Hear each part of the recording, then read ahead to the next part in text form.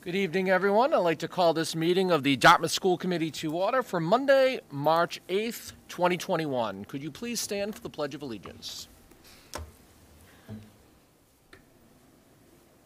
I pledge allegiance to the flag of the United States of America and to the republic for which it stands, one nation, under God, indivisible, with liberty and justice for all. Please be seated. Well, once again, good evening, everyone. I'd like to welcome you to the March 8th School Committee meeting. Just a reminder for those of us in the room to please silence your cell phones if you have not done so yet. And as a reminder, per Governor Baker's orders suspending certain provisions of the Open Meeting Law, Chapter 30A, Section 20, the public will not be allowed to physically access this school committee meeting. Members of the public can access the meeting via live stream at youtube.com/DHSTV Media. In addition, the event will be rebroadcast on DCTV channels 9 and 18 on the following days: Wednesday and Thursday at 5 p.m., Friday at 6 a.m., Saturday at 8 a.m., and Sunday at 2 p.m. The school committee reserves the right to implement additional remote participation procedures and will notify the public of these procedures as soon as practicable. Could I have a roll call, please, Ms. Genther? Chris Oliver? Here. Shannon Jenkins? Here. Kathleen Amaral? Here. Mary Waite? John Nunes? Yep. Thank you very much. And for my colleagues and those of you watching at home, my fellow colleague, Mrs. Waite, could not be with us this evening for personal reasons. Hope to see her back here at the next meeting. As a reminder, anyone wishing to comment on any of tonight's agenda items can do so by emailing our recording secretary, kathleengenthner at dartmouthschools.org. At this time, this is where we typically allot a few minutes for anyone wishing to comment on tonight's agenda. Do we have any comments at this time? We do not. Thank you, Ms. Genther. As always, please feel free to do so. We will do our best to circle back and see if there's any that have come in since the beginning of the meeting. And as always, those minutes are made part of, those comments are made part of tonight's minutes. At this time, Chair will entertain a motion to approve the regular session minutes of March 1st, 2021. So moved. Second. Motion by Mr. Nunes, second by Mrs. Amaral. On the motion, any further discussion? Chair hearing none. All in favor? Aye. Aye. Opposed? I'm going to abstain since I was not present. Motion passes 3-0 with one abstention.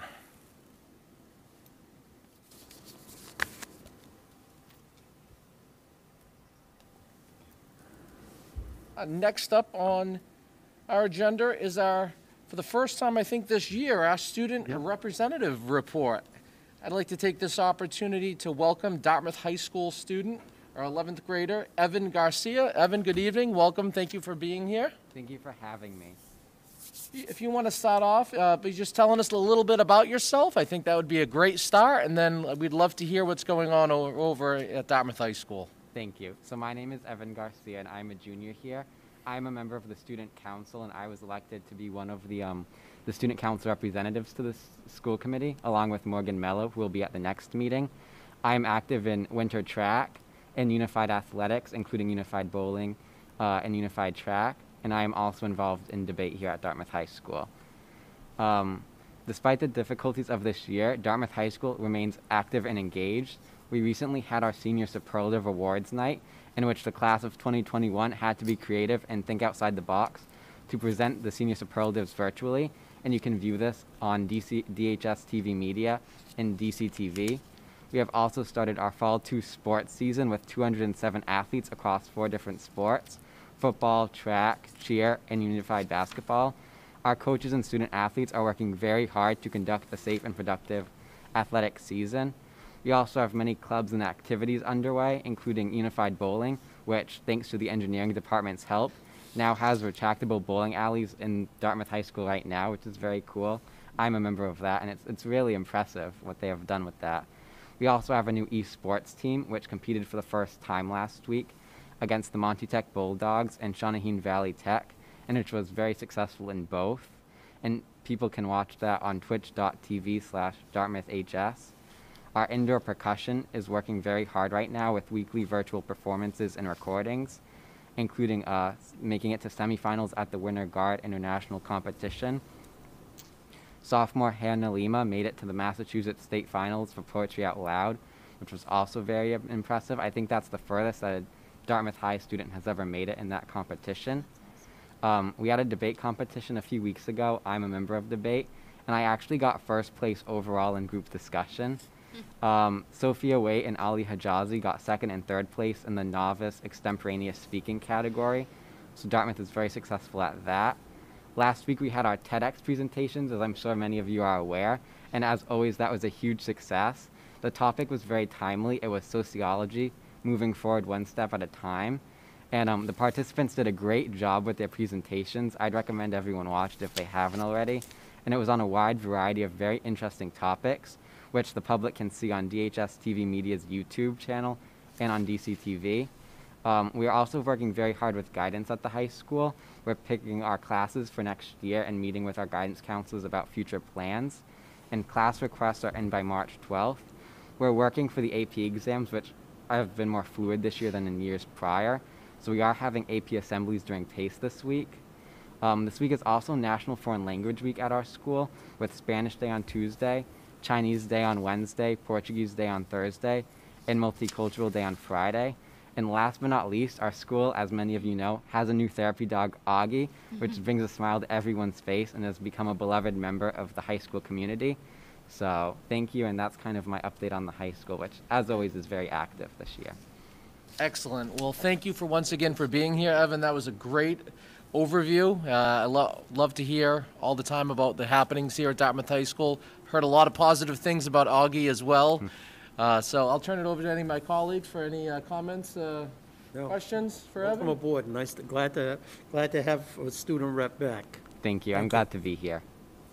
Great. Yeah, that's all I have for you. Just welcome. You're more than welcome to stick around if you'd like, or if you have some homework that needs to get done, please feel free. Yeah, it's a school night, so I do actually have a little bit of homework for tomorrow. Completely understand. But thank you. Thank you for coming out. Yeah, thank you. Thank you, Evan.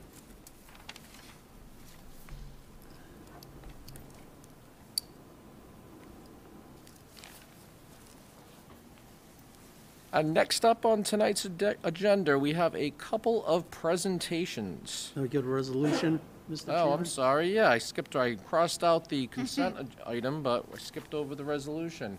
Turn it over to Dr. Gifford for Resolution 21-03, Employee Request for Unpaid Leave.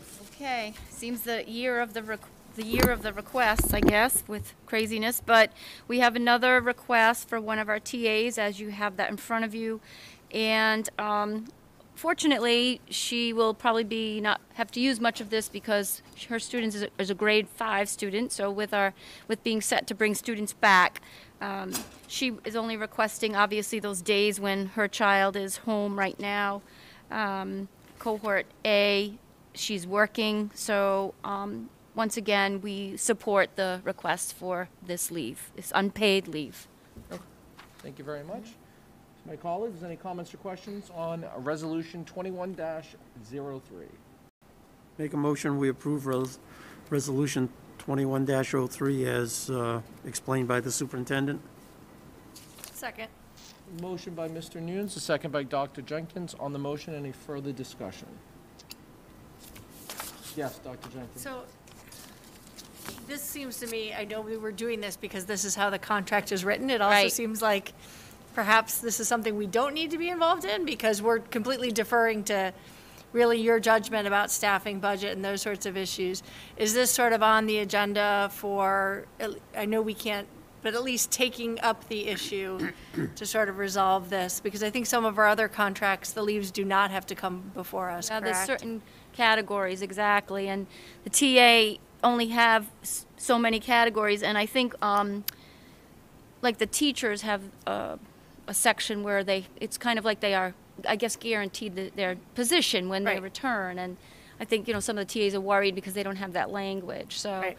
Not that we guarantee anything these days, Right. but, But I guess I would say I would feel more comfortable with the decision-making authority resting in your hands, Yeah. because that's essentially what we're doing for deferring, the most right. part. right, Yeah. right. It's a fair point. Yeah. Yep. And maybe with us coming to the end of hopefully all of it, we won't have too many more, Right. but. Correct, Yeah. yes. Exactly. I mean, I don't think it ever really came up No, because it it ne- was not a No, I think common this was thing, really the first probably, year. yeah. Yeah, not since I've been here, Yeah, as far as yeah. I recall. Right. So, Yep. that's it, sorry. Okay, that's all right. Anything else? Chair hearing none, all in favor? Aye. Aye, opposed? Motion passes 4-0.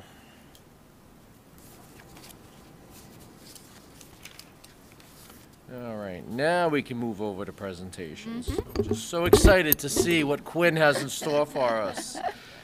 Turn it over to Dr. Gifford to introduce the Quinn Sure. administration. So I will introduce our principal, obviously, Mr. Granfield, and I'm sure he is going to introduce his associates here, his colleagues, and bring us a fabulous presentation from Quinn. Sure. Thank you very much. And thank you for this opportunity to present our spotlight on Quinn. I'm here with Ms. Yarmolowicz and Mrs. Thomas, the two assistant principals. So in previous years, we've been very fortunate. We've been able to have students here present to perform different things. If you recall, a couple years ago, we had students come to talk about various movement breaks, and they actually did a dance to our Go Noodle presentation. Other years, we've had our 5th grade peer leaders come and talk about the various work that they're doing throughout the community. Other years, we've been able to have students come and talk about PBIS and our PBIS rallies and what they like about PBIS, how it makes students feel good. Unfortunately, this year, we're not able to have students present to present to you, but we have been able to put together a video. The video really...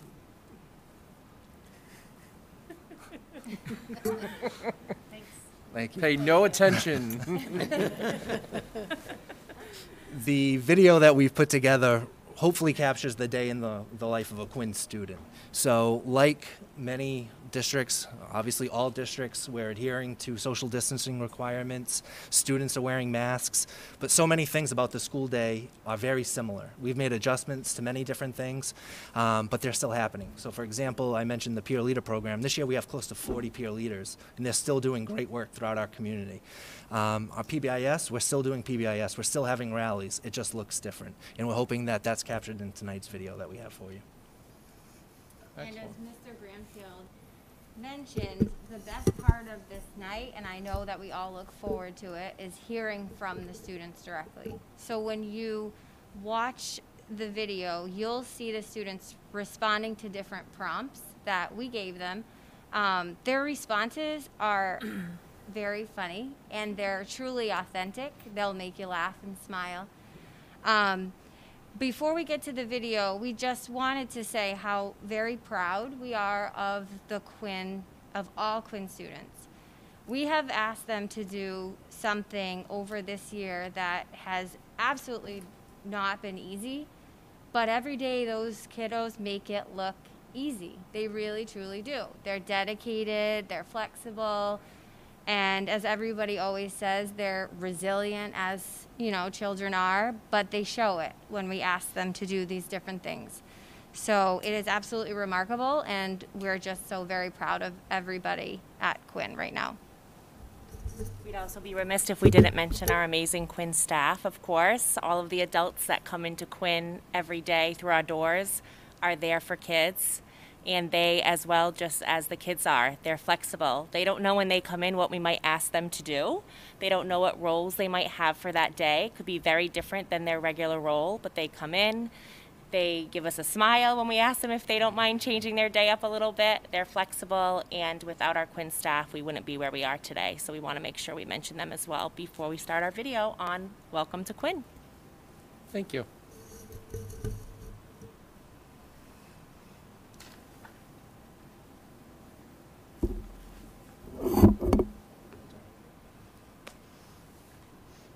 Right here. For years, we have been working on character traits such as flexibility, perseverance, kindness, and empathy. Now, more than ever, in the middle of a pandemic, these character traits are the backbone of our building, pushing us forward despite the unknown. Although it may look a bit different this year, the foundation remains the same. The staff at Quinn School has modeled flexibility and perseverance, meeting their students' needs in various ways. As you all know, every day is different and brings new challenges. Students are making progress and moving forward in the middle of a global pandemic. The only way we have been able to do this is through the collaboration and unity our staff provides daily, balancing all the demands and education and life throws at us. We would like to take this opportunity to give you a snapshot of moments at the Quinn School. Although the pandemic has had its challenges, positivity and perseverance have made their mark.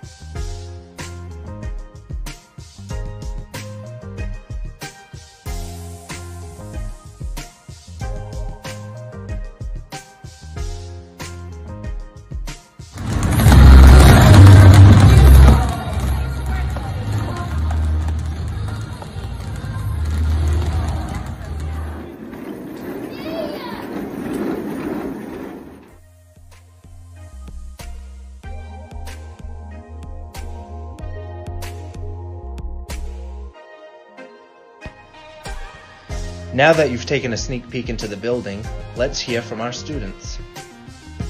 One thing I love at Quinn School is my classroom, my teacher, and also my gym class. What I like about Quinn is doubles. And I think that's really, like, good to learn about because, like, there's so many facts about him. 6 plus 6 is 12, which is actually a little hard. So I learned that, like, in first grade. In kindergarten, I was, like, learning about how to book. And one thing I love about Quinn is teachers. And, like, there's so many things I love about Quinn. And I like nurses, I like my friends, I like principals, and I love Quinn. Hi, I'm Isaac Vieira. I'm in 2nd grade in Dr. Leandro and Miss D's 2nd grade class. One of the activities I like at school is recess because I'm able to play with my friends. One of the games we play is Dragons.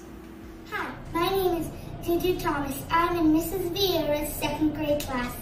My favorite thing about Quinn School is having Mrs. Vieira as a teacher. She is silly and she makes school fun.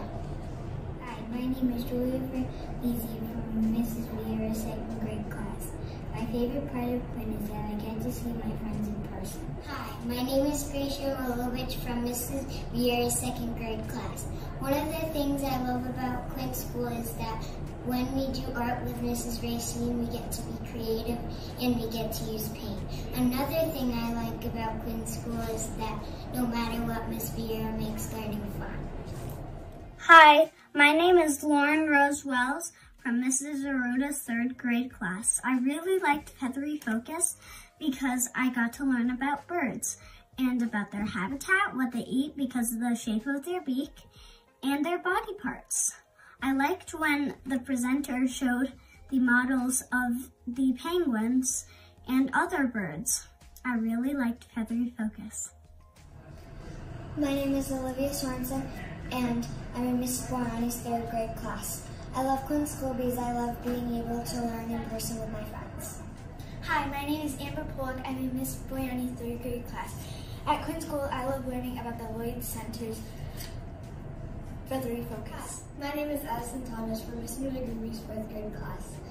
I have mastered the line tool. The line tool is a tool where you can split your slides into parts. I I use this tool to split it into 2 different parts because I compare things with it. One of my favorite things about school is music. Mr. Silva always makes music fun and entertaining. Hi, I'm Cameron Stoll from Mrs. Fortin's 4th grade class. One technology I've learned from this year is you could change your background for your computer and upload pictures from websites to change that to your background. My favorite thing about this year was actually having my best friend in class and seeing her in person. Hi, I'm Ava Vera. I'm in Miss Bolton and Miss Metta's 5th grade class. One technology tool I learned this year is how to change color and font in Google Slides. One memory I have of 5th grade is the egg drop. The egg drop is where we made something, we put the egg in it, and we dropped it off the ladder. Mine didn't break. Hi, my name is Marina Francisi from Miss Bolton and Miss Metta's 5th grade class. A tech tool that I learned this year is how to split my screen. This is helpful because if I'm reading an article, I can read the article and answer the questions at the same time. One thing I'll remember about 5th grade is that I went to school during a pandemic. Hi, my name is Ella Sorensen, and I'm from Miss Metta and Miss Bolton's 5th grade class. One tech tool that I've learned this year is how to bookmark. It's helpful so that way I can press on it and it'll bring me right where I need to go. One of my favorite memories from this year is we got to make exponent cakes. It was fun because we got to decorate them and work in groups.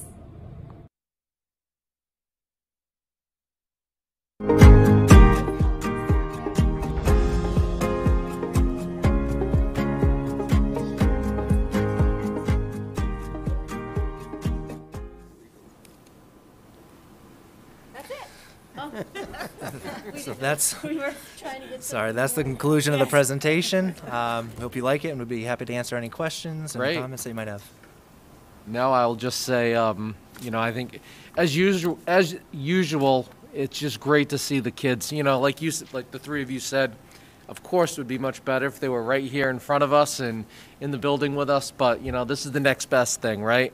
And it just goes to show you the resiliency that some of these kids have, some of these students have, and just some of the things that they pick up on. It's nice to see that you're running a school day as normal as possible given the circumstances, and that seems to be the trend. And kudos to you and your staff for a job well done. You know, it goes without saying that everyone is doing their best, and in my opinion, you can see it on these students' faces. So thank you. Great, thank you. My colleagues? I mean, I'll just agree. I mean, I think it's great. It's great to see the kids and to see them, you know, enjoying school, which is really a blessing for them in these times. So thank you. Yeah, I'll echo my colleagues, and, you know, just watching their enthusiasm, and, you know, everybody knows my wonderful computer skills, and, you know, the 5th grader talking about learning how to bookmark, you know, and that type of, it's fantastic, and their enthusiasm, and, you know, wish it was better, and I, like Chris says, miss the kids being here and seeing their enthusiasm, but this is just as good. Nice job. Thank you. I second everything that they said. I love Mrs. Vieira too. We had her in 2nd grade. No, just, you know, I think it deserves to be mentioned that this is a wonderful video showcasing the reactions of these students and how you are just doing such a great job during this time, all while sort of having within your school community a myriad of student needs that you are really doing your best, doing a great job at making sure that their needs are met. And I mean, from the beginning, re-entering initially with the high needs students, I mean, you were there on the front lines, your staff and those students. And so I commend you for how effortless you make it look, and we all know it takes a lot of effort, but you do it with grace and with a smile on your face, and you've got a lot of great things happening within your school community. So thank you. Kudos to you. Thank you very much. Thank you all for being here. Thank you. Thank you for having us. Be safe and have a nice night. Thank you. Have a good night.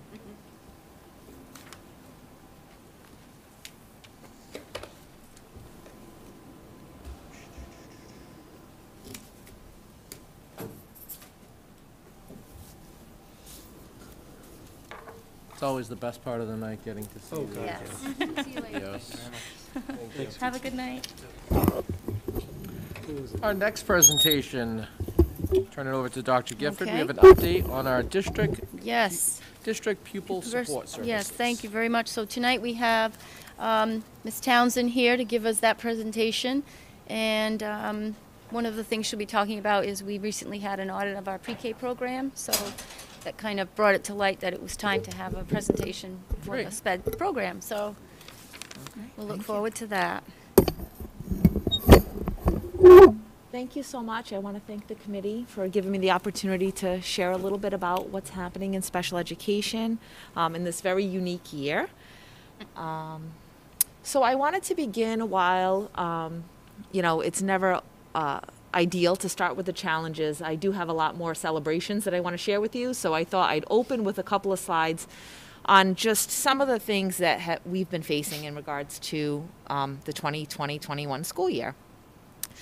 So I don't want to spend too much time. Obviously, we have the COVID-19 global pandemic, which has had a major impact on the landscape of education, and it certainly has included changes in the way that special education services are provided. So I just want to commend just over and over again our teachers and staff, the most amazing individuals who have shown grace and flexibility. I know you just heard Mr. Granfield and Ms. Thomas and Ms. Yarmolowicz say the same. I just want to echo that grace and flexibility as we navigate how to provide special education in the face of a global pandemic. And so I highlighted some of our greatest challenges. While it's certainly not an exhaustive list, this school year we really needed to first and foremost provide robust services that are in alignment with students' IEPs, which includes the use of both in-person and remote instruction. Second, we needed to navigate challenges that are related to providing services for students that might have been quarantined. So students might be out of school for a period of 2 weeks at a time. And we need to make sure that while the quarantine was in accordance with state guidelines related to the pandemic, we also had to keep special education in mind. We did struggle with staffing our related services throughout the year. There was a natural spillover that was caused by social distancing. Many of our related service providers do not have full-size classrooms, and so certainly the number of students they could take in a group with 6 feet apart was far less than, you know, a classroom, those that have full-size classrooms. Groups needed to be smaller, which means that blocks of time were increased. And fourth, we needed to provide students with support related to the hybrid learning model, which is one that they had not had, they had a little bit in the spring, but really it was their first full year with this hybrid learning. And there were some unique challenges that came from learning remotely every other day. So I want to transition over to our celebrations and some of the things that I am certainly most proud of in our district and some of the wonderful things that are happening. So first and foremost, around the topic of service delivery, which is certainly the core of special education, students this year received specialized instruction that was consistent with their IEPs, whether it be in person or remotely. Google Meet continues to be the primary modality for specialized instruction that is provided remotely. And in-person specialized instruction, of course, does incorporate those health and safety requirements due to the pandemic. Students in our specialized programs, that's our PALS, PASS, and PATHs, have received in-person instruction 5 days a week since September.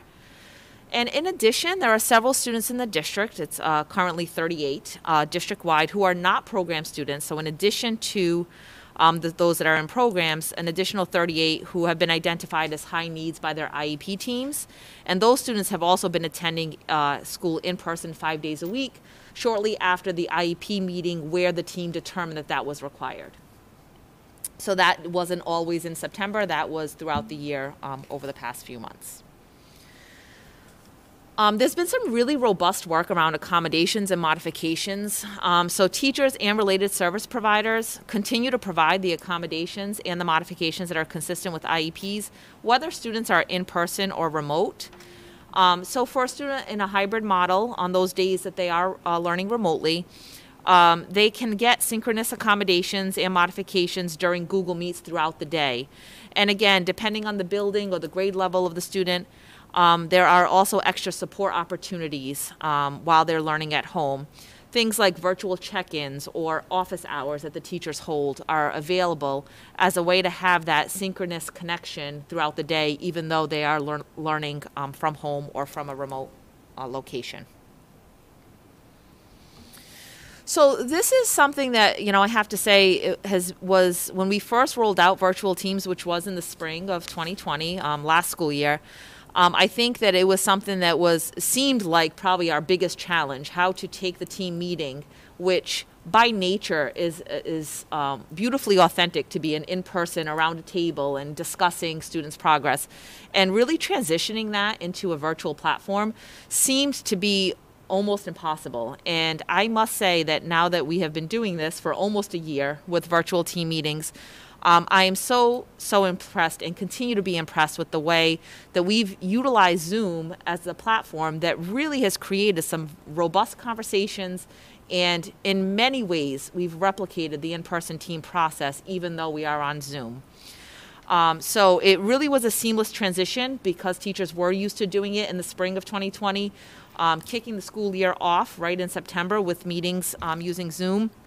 And again, the feedback in general has been really positive.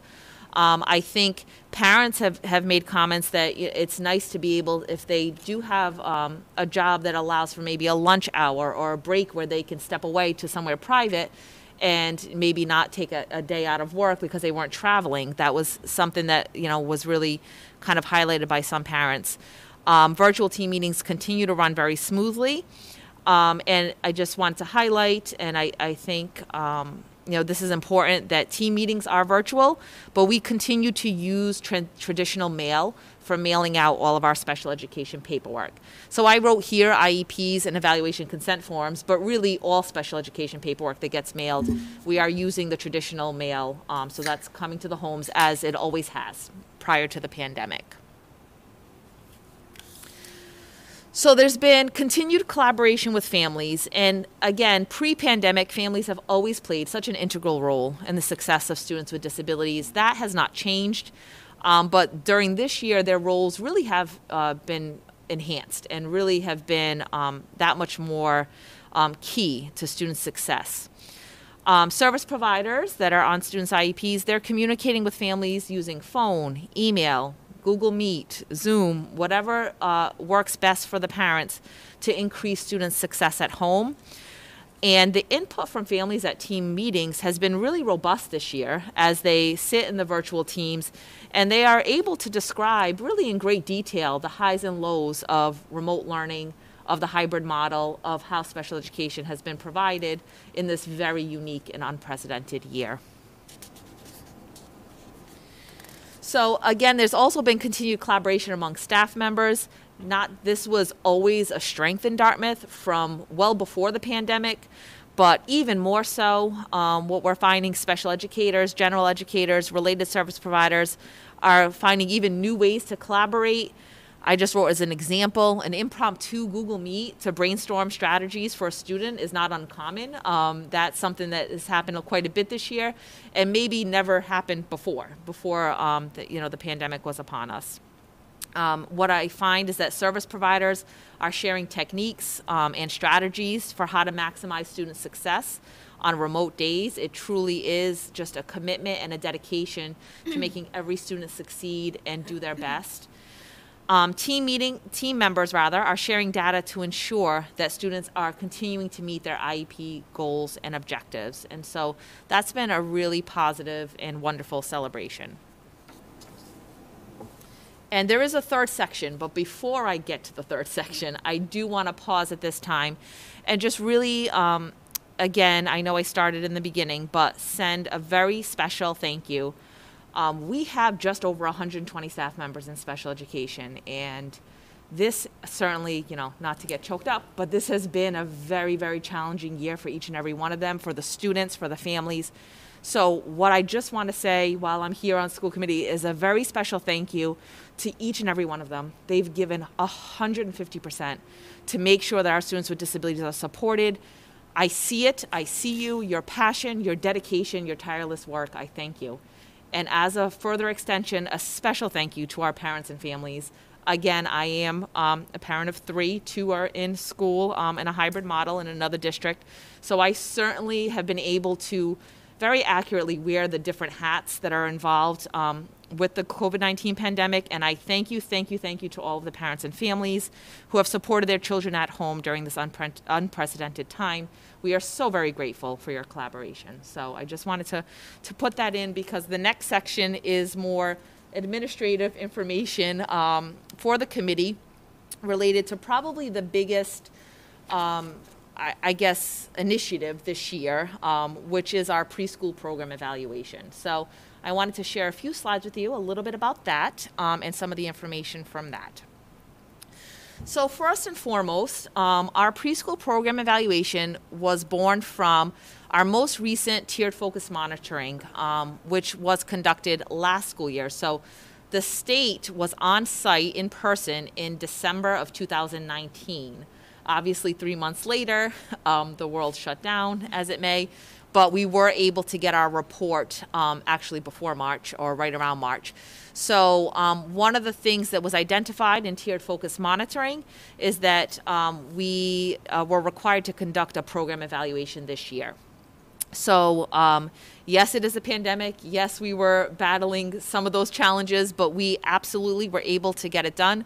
And actually, we did get it done, ironically, although it was not intentional, right around the same week that a year later from when the state had visited. So our preschool program evaluation occurred on December 9th, 10th, and 11th.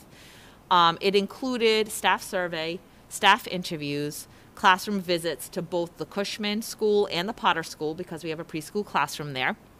And the program evaluation was conducted by Dr. Carolyn McKerney and Linda Cullen, who are both from South Coast Educational Collaborative, who have done this work and really have a lot of knowledge around preschool special education. I respect them both a great deal. So I just wanted to share 2 slides, and there is kind of a lot of information, but I really wanted to highlight as many of the identified strengths and some of the recommendations that came out of the process. So first and foremost, the most important thing that they highlighted and spent a lot of time talking about was the overwhelming awareness and support for the inclusion model as it relates to preschool special education. And to take it one step further, they also very much noticed through staff interview, through observations, through visits, that the vision is shared, it's modeled, and it's embedded into the practices of the Dartmouth preschool staff members. So again, kudos to them for really, embodying that vision and showing just in everything that they do on a daily basis. They made mention, because I think it's hard not to, of the outstanding COVID-19 protocols. And not just that we have outstanding protocols that are adhering to health and safety guidelines, that are doing what it is they need to do in terms of health and safety, but even to go so far as to say that these protocols are still within the scope of a warm and welcoming environment. And I thought that was really powerful, because I think in and of itself, we obviously want outstanding protocols, but to recognize that it was also done within the scope of this warm and welcoming feeling, because they are preschool students and they are our youngest learners. So I thought that was really excellent. The evaluators applauded the Dartmouth Public Schools for conducting their own evaluations during the intake process. And what that means is, as students are transitioning from early intervention into the public school setting and preschool, there are certain evaluations that are conducted by early intervention, which a particular team could choose to, base their IEPs off of. And we don't do that in Dartmouth. We conduct our own evaluations with our own highly qualified staff and develop an IEP from there. And the evaluators really applauded that. They recognize that professional development of educators appears to be a priority in the district. And as a secondary to that professional development, the commitment to the second step curriculum and social emotional learning for all was something that they really wanted to make note of. They spoke about the very strong related services team at the preschool level, which I agree, it's an amazing related services team.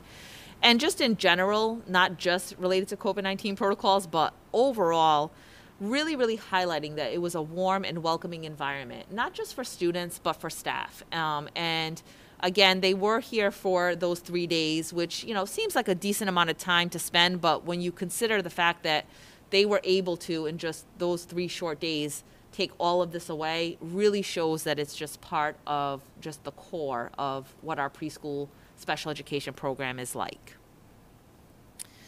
So moving on, this is a summary of the recommendations. Like I said, you know, there were a couple, but I tried to combine some of them. So the first, they talked about consider the creation of a preschool professional learning community, or a PLC. And so one of the things they you know, wondered and asked as a possibility is, do we create that PLC to look at academic curriculum around preschool specifically, whether it's academic, you know, pre-readiness skills around ELA, around math, as well as social emotional, and really determine whether or not some of that curriculum could be tightened up even further. Not that it wasn't evident, but that it could, maybe through a PLC model, could be strengthened.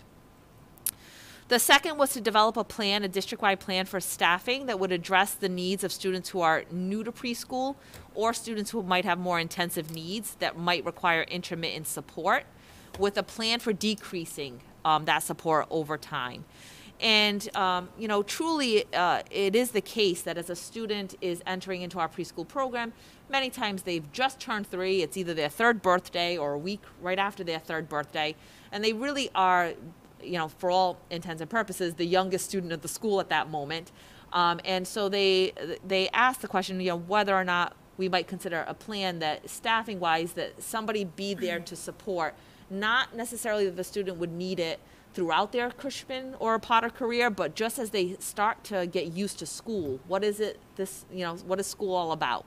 So I thought that was really interesting and really powerful. There was also a recommendation to consider a service delivery model that includes a portion of students' schedule to be in a specialized pull-out setting. Right now, all of our students who have IEPs in preschool have 100% of their services in the general ed setting.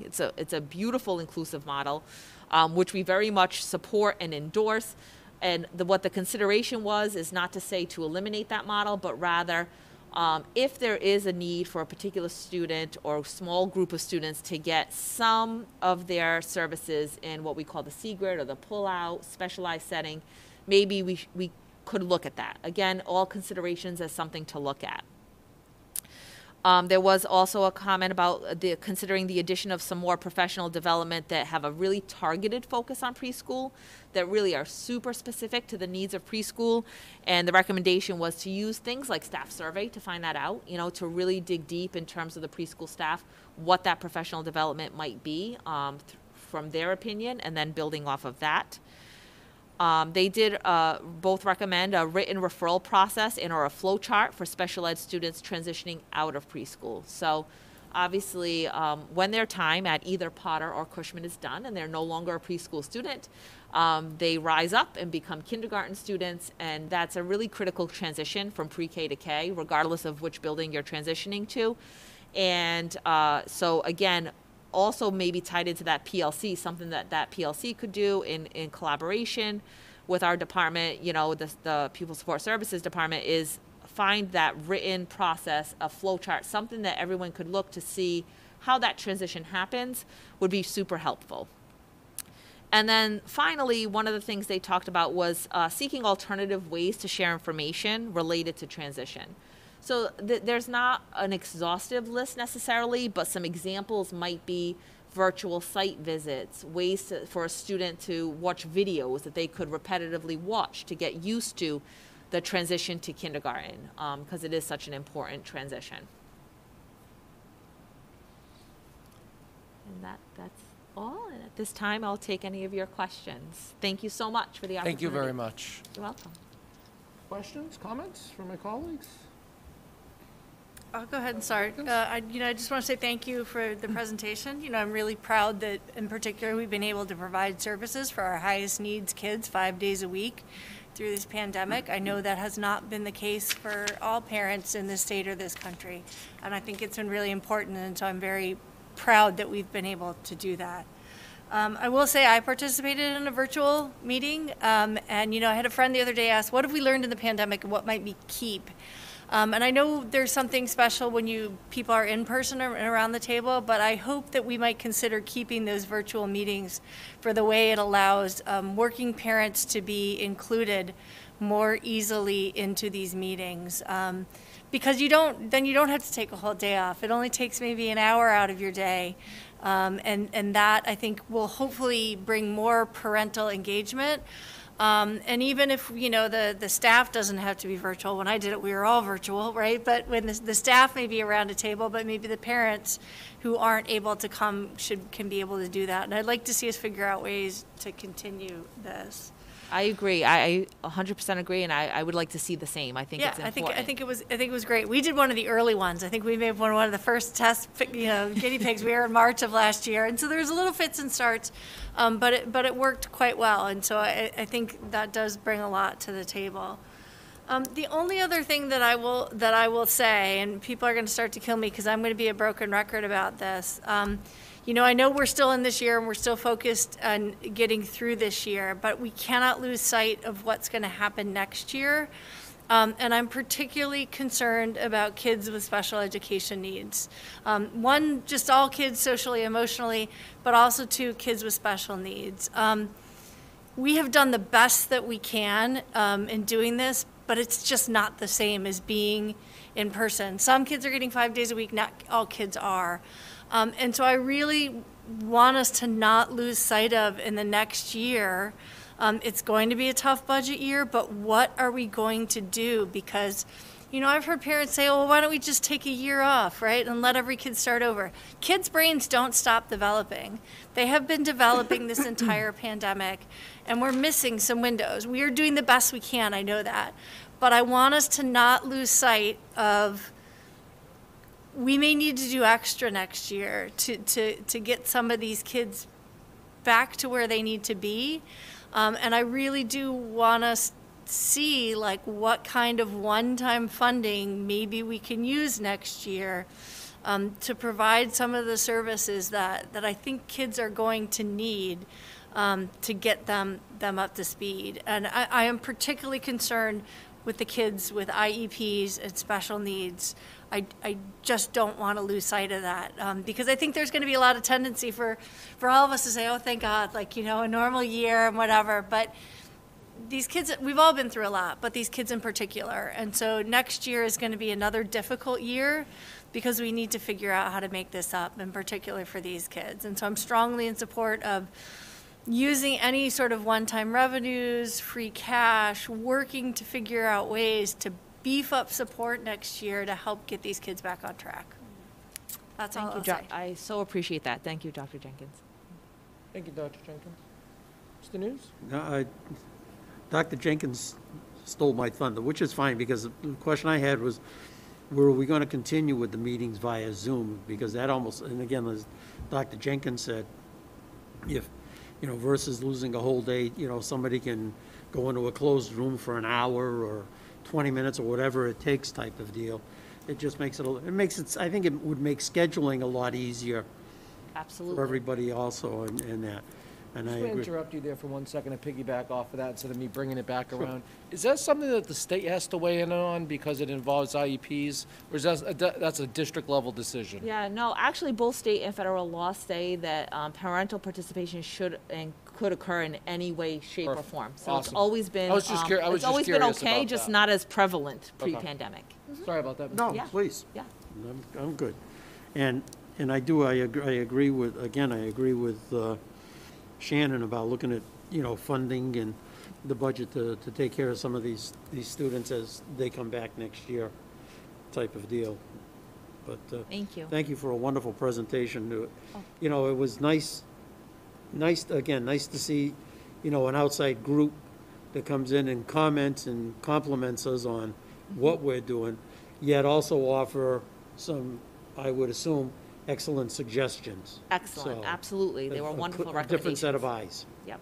Thank Thank you. you. Thank you.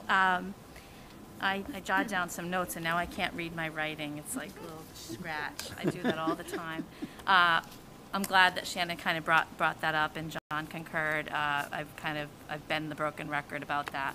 You know, there are kids that are obvious. There are kids that have significant high needs, but then there are those kids that that just don't meet that criteria to the level. And but I do thank you and the district for expanding upon and kind of finding some students who really are maybe falling through the cracks.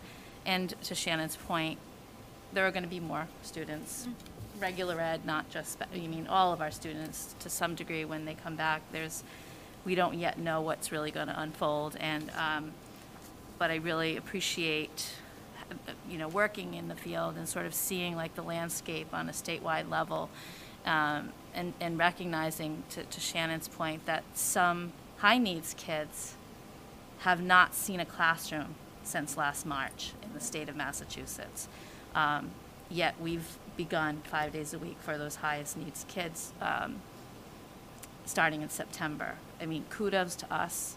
And I know as a parent and hearing from parents, it doesn't feel that way when we're in our own little bubble here in Dartmouth, but we've then been going every other day. And so we've done a lot of learning. It's not perfect, but we are, I'm proud of what we're doing here. So thank you for that. Thank you. In terms of, we hear from parents. I kind of wear another hat, so I'll hear from parents with different hats on, and I work in the field, so I'll hear from I get like a sense of what's going on in the community, and I know like outpatient services for our local settings, even in Sandwich with just those outpatient, things are happening virtually. There's not enough staff. There's a hardship in every corner in this kind of realm. What has been the biggest struggle in terms of? I can only imagine. I'm thinking. There's only so many people you can pull from. Like, are we able to contract out for supports that we don't necessarily have the staff for? Is that a struggle? Because I do know it is a problem. It is. I would an say, overarching problem. probably, yeah, I would definitely say that's probably the biggest struggle in terms of whether it's related services or additional supports that, whether on an IEP or for students just in general. The contracted agencies, while there are many, and there are many, hundreds at your disposal, it seems like, when they are contacted and an actual need arises and a specific request is put out, they have never actually had someone. Right. To the point where, I've, had to be so upfront to actually reply back, yes, I need this. Do you actually have one? Because last time, and they said, no, we actually don't. There's no speech pathologist. There's no occupational therapist. There are none of those things. Absolutely no ABA therapists or RBTs, BCBAs. Those are there. The shortage is great. I actually had a conversation with a contracted agency that I have a pretty good relationship with, and we have used quite a bit of times in the past, where she said, we as a contractor, we're losing some of these therapists because they're going into hospitals and nursing homes, and so we had a pool, let's say, of 100 that we could always count on. Our pool is down to 80 or 75. So you, who's always calling me to get that, we don't have the number. So it's truly been a trickle effect, and that's absolutely been a huge challenge. Yeah. Just another one of those incredibly fast-moving parts that. Absolutely. Yeah. Better you than me. Let me see.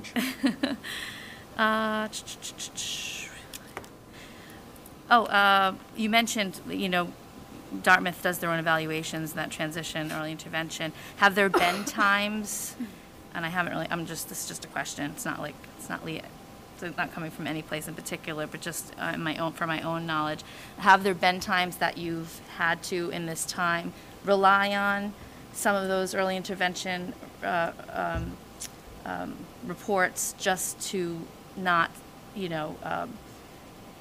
take too much time, have too much of a wait for that child to So start. what I would say is yes, but it was spring of 2020. So Yeah, okay. yes, but Early on. March through June 2020. Yeah. So once we hit the ground running in September, you know, evaluation started almost immediately. We were able to get back into the swing of things. Mhm. But there were certainly in that small 2.5 month pocket, yes, that did have to happen. Okay, yeah.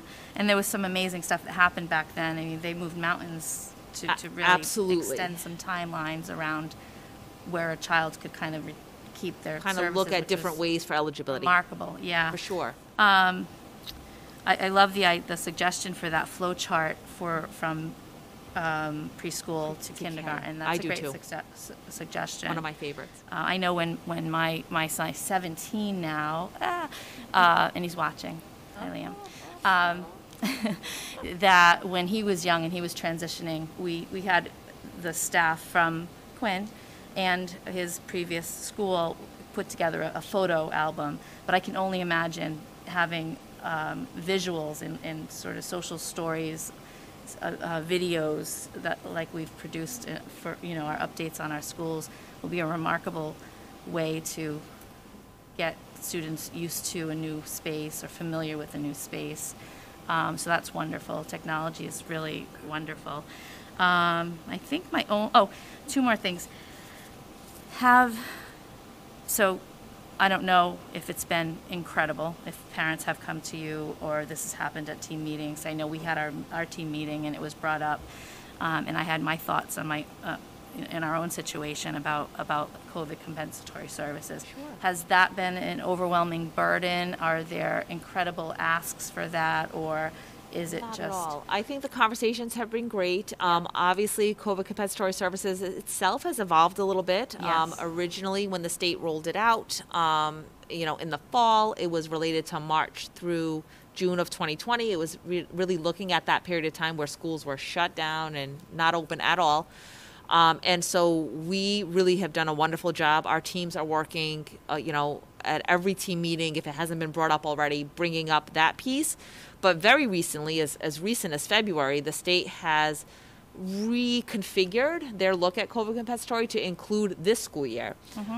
In a lot of ways, again, like you said earlier, Dartmouth hasn't had to face, a complete shutdown where nobody's been in school at all since September, but some districts have. So right off the bat, there's always that consideration of while school is shut down. And then also in Dartmouth, for example, due to health and safety regulations, the district shut down January 4th through the 15th. I think it was the 15th. I'm not sure. But in those 2 weeks following Christmas, the holiday break, that's now something that can be considered. And if a team feels that there has been, a need for COVID compensatory because of something like that or because of a quarantine, whatever the case may be, teams, I just had a staff meeting where we went over some of those changes to say that it's now opened up. But as far as I know, in reading the N1s that come through, it's just a robust conversation where parents and team members are really, collaborating together, communicating, and coming to agreements about what might be needed. That's wonderful. Yeah. And that's really the magic, because it's so important, it's always been my experience that it's a two-way street. And for us personally, there are only so many hours in a day. And you're not going to, you can't get blood from a stone, and you're only going to get what you can get and not get upset. Comic relief. But listening to parents and taking into consideration those needs, like you said, in those conversations, in those settings. And again, that's always been my experience, in Dartmouth Public Schools, so that's really wonderful. Have there been any discussions district-wide around offering anything more comprehensive in the summer than we have in the past, or are we going to stick to? I know since you've been here, there have been building blocks and things added, and then we've pre-COVID, we've had our other summer programming that has been comprehensive and wonderful and has evolved. But is that a thought in anyone's head, or? So as of right now, our ESY, extended school year that is on students' IEPs, that program is going to be the 4-week, 5 days a week for the students and programs, and 4 weeks, 4 days a week. It'll be 8:30 to 12:30 at Quinn. I've already put out the feelers to staff that it will be in person for all. It will be in person every day of those days. It's not a hybrid or anything. So if you're a 4-day week, you're in person those 4 days, which will be slightly different from what we currently have. And that will be at the Quinn School. But in terms of just even other than that, I think we're still kind of discussing what other things might be out there. But the ESY piece has been set. Yeah, Just that one piece. My last question, I promise. In terms of our programs, a few years back now, I guess maybe my first year on the school committee, we have the PATHS program, and as the year now, here we are in 2021. Do we have a full continuum of programs? So kids that are leaving the elementary school to go into the middle school, into the high school type budgets, like how is that looking, and what's that? So what are some PATHS hopes and dreams and bucket list kind of wishes? PATHS is probably the one that does not have that continuum. The PATHS continuum is a K to 8 as more of the C grid time. The PATHS students who are at the high school, it's more through a co-taught model to get that content from the general ed certified teacher, and to attain their diplomas and MCAS situation. PALS is a K to 12. PATHS is still at this point the elementary level. There is support at the middle and the high school. They don't go by PATHS. They're not necessarily built as a continuum of our recently adopted therapeutic classroom, but I know the Step Up program at the middle school has had wonderful successes and great things happening, and Bridget Taylor here at the high school and the work she's doing through the Step Up model, really meeting some great needs, and students are finding great success, and they are building wonderful rapport. But to say that that's PATHS, that part has not been brought up through that at this time. Yep. We do what we can do, and we keep pushing forward.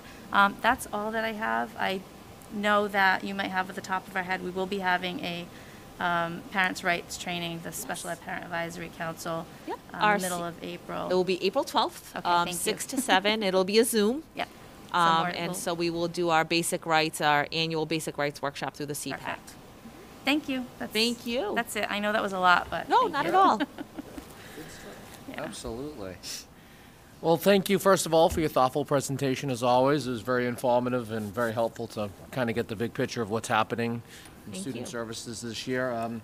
Pretty much all of my questions that I had have kind of been answered or actually asked by one of my colleagues.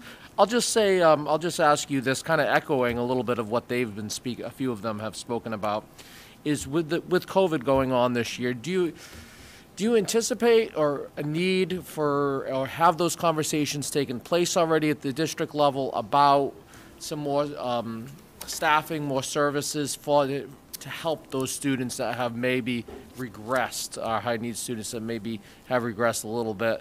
Because I know that while we have the staff wish list of the positions that are not being included in next year's budget, there's only as I look at the slide here, I see some social workers that'll be added. But besides that, do you feel there would be a need for any other positions or anything else that's not being targeted right now? So what I would say is one of the key ways that we're able to get a sense of that all the way through this year and not have to wait till June is through those team meetings where we talk about COVID compensatory. Because what COVID compensatory is about during either a shutdown or a school-based, time where you're kind of separated from your learning for one way or another, have you regressed? So there are conversations that are really authentic. And so at this point, the amount that has been needed, we've been able to, it's not been to the point where we've had to extensively overstaff. But if those, again, where I can't predict what the next few months would be. So it would be really an analysis of the information that's coming down. So right now, if a particular student had a COVID compensatory, for example, through an ELA or a math goal that they had regressed on, those gaps are being filled through our existing staff, and again, outside of the school day. It's typically not during the day because they have their other services, but so we're able to do that, and we've been able to kind of keep up with that budgetarily. If those discussions were really to be found that there were some significant large numbers that we are not predicting or expecting, then yes, we would have to staff that, and we'd have to find staffing for that. So as of right now, we've not needed it, and students are making progress towards their goals.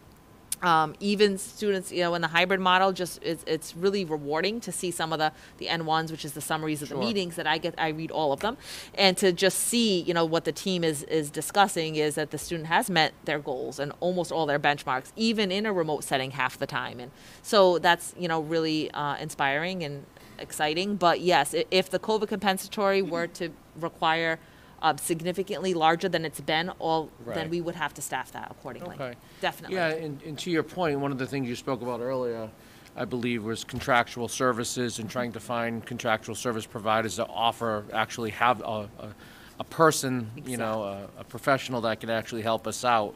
So do you find that becoming, it sounds like you do, more and more difficult as time goes by, that you're having a more difficult time trying to find whether it's an SLP or an ABA therapist. So at what point in your mind do you say, looking at your caseload that you have here in the district and saying, you know what, it may be beneficial, and this isn't my special area, this is my colleague's special area, but at what point do you find it beneficial to say, all right, maybe we, instead of looking to the contractual pool for maybe just 1 or 2 students, do we try to bring it in-house? Well, help me I'm just trying to help me understand when you make that decision. Yeah, so again, I think this is a difficult year because, like I said, a lot of the reason I've been calling contractual is because the group sizes have been so much smaller than they ever have been before because of COVID, right? So the COVID-19, as it relates to that, I think, if some of those restrictions were lightened, if it was not 6 feet, if things, it somewhat went back to a new normal of sorts, some of that might be mitigated right off the bat. Sure. As far as actual staffing, I know our speech language department, we did post for an SLPA. That is a hired position. So so we're at 9.0, up from 5.0 when I started 7 years ago. So that was a 5.0 department up to 9. So we're certainly, adjusting, and so we meet. And at the end of the year, we typically do that at the end of the year where everyone kind of gets their caseloads and numbers together in June, and we just kind of reallocate. I think some of it also is looking at kind of what grades everyone is doing, what numbers everybody looks like, what buildings make the most sense, and doing a lot of shuffling, which we didn't do a lot of this year because there was so much other shuffling for so many other reasons. So I think really taking a hard look at where we are, like I said, kind of taking the bricks down to the ground and rebuilding, I would have a much better handle, I think, in June, for sure. Yeah. Great. Yeah. Well, that's all I have. Thank you for your time. Thank you. Thank you so much. Thank you. Have a good night. Thanks, You also. Thank you. Take care. All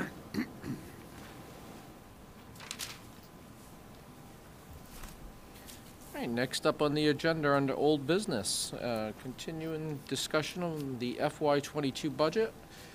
Dr. Gifford or Mr. Kiley, do you have any updates for us first, or? Sure, just, obviously want to thank you for the opportunity to present last meeting. I know it was at the end of the meeting, and it was a lengthy meeting, so, we didn't really have a chance to get into it at all. But, tonight is certainly a good opportunity to discuss any questions you might have on the budget. Our intent, according to our budget timeline, would be to continue this discussion at our next meeting, have the budget hearing also at our next meeting on the 22nd, with a vote in April, hopefully. So there's still a lot we don't know. I'm meeting tomorrow with, actually on Wednesday, with Mr. Barnes at Town Hall, talk a little bit about this. He and I have not actually sat down in person together. We've talked on the phone about it, but I'm looking forward to that. So there's a lot still going on with this. So obviously our timeline can be flexible, and if you need more time to discuss this along the way, we can adjust accordingly. So, but tonight's a great opportunity to talk about it, and if there's any questions that you folks might have, Dr. Gifford and I are here to help you with those. Awesome. Thank you, Mr. Kiley. Welcome. Would anyone like to start, or I can certainly ask a couple of questions? Go ahead. We started down here last time. We can All right. start down that way. So. Fair enough. Keep looking at Shannon to So, start. Yeah, thank you. I had the opportunity, I reached out to Mr. Kiley earlier today to answer a couple of questions that I had. Just looking, so I guess from my point of view, let's look at staffing. Let's start with staffing, right? It's just, I do have some concerns, and I mentioned these to Mr. Kiley on the phone when I was discussing about the fact that we have been down one maintenance position for well over a year now, or about a year now. And I know, Mr. Kiley was comfortable waiting this out. But I do think that our buildings are in, the fact that we aren't filling that is a concern, not just from the, specifically a plumber, but just the maintenance, having another body in the maintenance department to do those types of things. So that is certainly a concern from a facility point of view. I think it's great that we're able to bring in some more outreach social workers. One of the things I do want to talk about just briefly is we've been hearing a lot, some of us have gotten emails regarding teaching assistants at Quinn Elementary School. And I know that right now looks like we have one tentatively, right? If I'm looking at it here, just one FTE we're scheduled for Quinn for an additional one for next year. Is that the way I'm reading this correctly? That's right. Yeah. Yeah, right? Mm-hmm. Okay. So with that, should we be looking for more teaching assistants? Help me understand, or help the committee understand where we're at, because I know that's always been a struggle. It's a big school, but it's also has all the specialized programs in it. So are you comfortable with that number right now? Well, a couple of them are people that have been on a full year leave that we expect to come back. Okay. So those positions are in the budget. Those are still in there. If those particular folks, they've been on sick leave all year because of COVID. Okay. If those couple of folks come back, we would be able to add back to our staff that we have. So those numbers have nothing to do with the budget here because they're already built into the budget. Right, they're built in, the ones that, just like I said, one in particular took the whole year off. Okay. But fully intends on coming back, but we have a couple of those. So do you know, is it 2 or 3? I'm just out of curiosity this year. Let's see. I won't hold you to it. Let's see, I'm thinking of 1 and 2, there's 2. I see 2. I think there's on my 2. list. There's 2. So, I think there's 2. and also, we just had a couple of retirements, which. Okay. So with that said, those would be refilled, but we've also been posting here and there for even a sub for the rest of the year for some of these that are out. Sure. Okay. And we haven't been able to find any, except just now. We just recently got another one, a sub for the rest of the year, which Mr. Granfield told Kate he was going to be sending up that recommendation today. Okay. But it's been a real struggle for And part of it. I'm happy that you're sharing that with us Yeah. because it's really important that the public knows that Yeah. it's not that these positions are not just, we're not doing anything about No. them. It's like you said, there was 2 that were on sick Yep. leave or without for the year. Exactly. That we just have had a hard time filling. I can't imagine that for some of these positions, for the sub pay, that people are jumping through hoops wanting to come Exactly. in and work for the Dartmouth Public Schools for TA sub pay. Right. So our intent is to fill in the positions, the retirements, et cetera, and again, hoping those folks that are on leave come back. Okay. So that would increase the number of folks. And if I recall correctly, even we had one months ago, and then actually it was one we got at DeMello when we were doing for the library. They were going to supervise the library, and then our intent was, because of everything that happened at Quinn, to transfer that person to Quinn instead. She had just been hired, and then she quit. So it's been a struggle. Okay. It really has. It really So has. so everyone that's watching, everyone that's here, so from your perspective, you have every intention, the district has every intention in filling those either retirements or those people that are on leave coming back. Coming back. If they choose not to come back, the position is not going away. Right, You'll it's look in to the post budget. that. It's in the budget. Yep. All right. Yep. Well, that certainly makes me And feel I also better. had to say, this is a list of TAs in all the various schools, who goes out on leave, who we fill it with, et cetera. We sit with the administration in the buildings quite frequently on this issue, especially at Quinn. because of the number of programs they have and the shifting of students and, you know, wanting to make sure some of those students are really high needs as well in the program, so we want to make sure we have enough adults in that class. So we do sit with Beth and the administration as well, as I said, pretty frequently going over this list. Okay. To the point I sometimes Sure. see polka dots. I don't even know what we're looking at half the time. Well, because there's so much movement. There's, yeah, and Yeah. especially this year. Exactly. There's Exactly. certainly a lot of movement.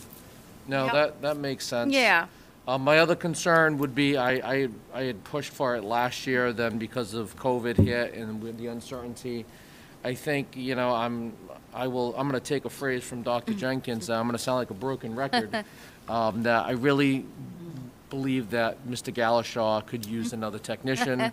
The reliance on technology in the district, especially this year, more than any other, I think it's important that we make an investment. And, you know, I know it can't be this year, but I hope when we come around next year at this time that Say it all the time. we can have a positive discussion with that. The couple of other questions that I have is on under the FY slide 9 of the, or page 9 of the 68-page budget, that PDF that Mr. Kiley sent us graciously.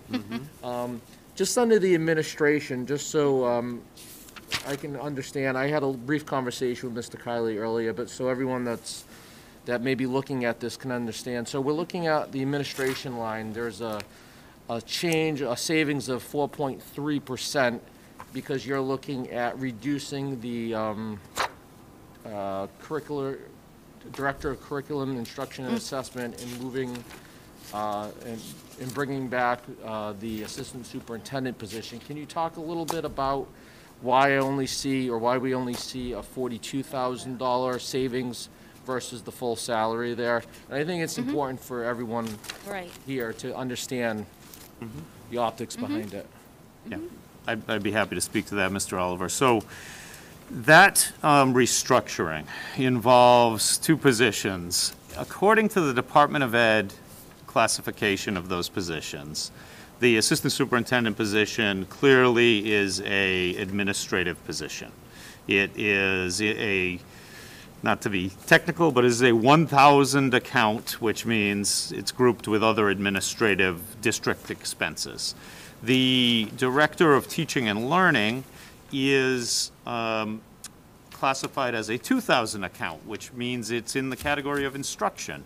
Kind of makes sense. It's, you know, but even the title itself is, you know, shows that, you know, it clearly is more instruction intensive than the assistant superintendent position. So what happens is the savings is actually in that 2,000 category. So the savings is over on the instruction side of the budget because the proposal, as it currently stands, is that we would eliminate the Director of Teaching and Learning position and we would fill the assistant superintendent position. So, so there's not a lot of savings on the administration side because the savings is over on instruction. And because of that, the instruction line just gets absorbed like that because of, because it's instruction. When Instruction is a you're huge dealing with a number. $35 million budget. Right. I mean, most of our money is in instruction, obviously. So, yes, it doesn't stick out as much. And the other thing, one of the other things that I brought up too, and I do know this from previous budget years, is that when you're looking at the line item budget and you see some of these percentage changes, we have to remember, and maybe some of you already know this, I was pretty sure on it, but just to confirm, that does have to do with the fact that last year's was a negotiation year, and the salaries were put into the holding line. So that's why I was like, wait a minute, Jim, why am I seeing these types of increases? But right, yeah. At the time last year, we had not settled negotiations. We had a amount of money reserved in those contract holding accounts, which you'll see are now zero in that budget. And those monies are now allocated to the individual budget lines. I hate it from a numbers guy because it looks very messy and the percentages don't stick out as being obvious. You also have step schedule changes, longevity increases, other things in those salary lines that make the percentage a little different than the average salary increase, which was 2.5% for most in 22. So. Okay. Thank you. I have two more things. I have one request and one, I think, recommendation here. So my feeling with the fact that the assistant superintendent is such, or an assistant superintendent is such a high-level administrative position, are you redoing, are there going to be any changes to the job description from Ms. Roy to the current recommendation? Are you changing the job description? 'Cause It would have to include, if you recall that list we brought a few months ago, all those additional duties, because if we're absorbing that position, and we've been doing them now between, we've split them up between kind of the three of us, really. Okay. So could I just ask that you share with us the That new sheet job? again? Yeah, well, what the actual job description would be moving forward for that position. Yeah, I guess we must have an old one, I hope. If you could do that, that would be great. And my only other recommendation would be I'd like you to consider more alignment with Mr. Kiley, having, not just assistant superintendent, but assistant superintendent of, like Jim's is, of finance and operations. Right. Of assistant superintendent of, so it's clearly what their responsibilities are Right, kind of. that would be the intent, because of course, with eliminating the position itself, the director of teaching and learning, so we would like either to be assistant superintendent for teaching and learning or curriculum instructor, but I like the teaching and learning because it absorbs so much more for that title. Okay. It, Yeah. it really speaks to everything that role is doing, which is pretty big. Right. And the last thing I'll just say is, and correct me if I'm wrong, any of my colleagues, is that I just want to make sure is that before we go, if we're going to move forward with this budget and your recommendations, I think it's important that, because correct me if I'm wrong, if we appoint the assistant superintendents based on your recommendation, Dr. Gifford, is that correct? That's correct. So wouldn't it, I believe that, I don't think we know. I thought that the assistant superintendent was the superintendent's hire. you may want to revisit Mass General Law, because I'm pretty sure that it specifically states which would be the case, I think. Yeah. But what I was saying was, I think that. I apologize. I think that should be done in conjunction with the budget approval. With the budget. Because if we're going to be eliminating positions, That's exactly right.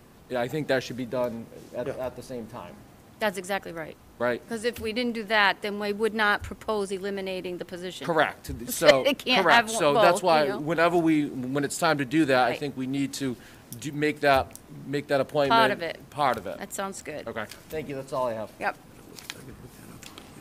Well, maybe yeah, I don't want to be